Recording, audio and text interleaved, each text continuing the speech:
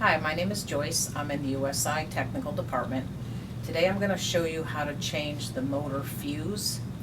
Usually a motor fuse needs to be changed if film wraps around your rollers, if somebody puts the film on backwards and sticks the adhesive to the heaters, or if you try to run something through too thick.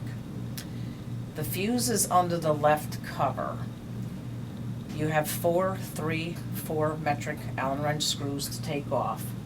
The screws are identical to these, but they're on this side.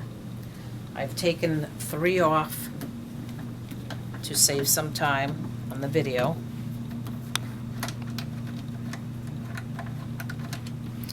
Once you take the 4 screws off, this blue side housing will come right off. There are 2 electrical boards. The top one is your timer board. That has a fuse on it, but this board works with the heat. This is your motor control board. This is what works with the motor.